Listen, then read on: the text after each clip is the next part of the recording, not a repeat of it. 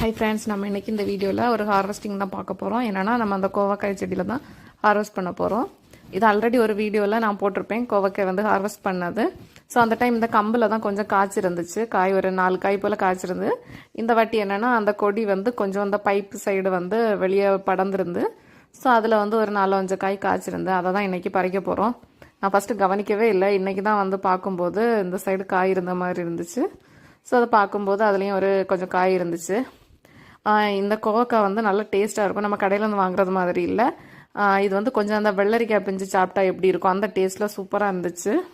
So நம்ம பொரியல் பண்ணுறதுக்கோ குழம்பு வைக்கிறதுக்கோ அளவெல்லாம் காய் இல்லை.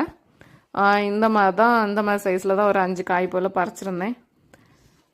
Thank you friends. என்னோட இந்த வீடியோ உங்களுக்கு பிடிச்சினா லைக் பண்ணுங்கள், ஷேர் பண்ணுங்கள், மறக்காமல் நம்ம சேனலை சப்ஸ்கிரைப் பண்ணுங்கள் ஃப்ரெண்ட்ஸ். தேங்க்யூ.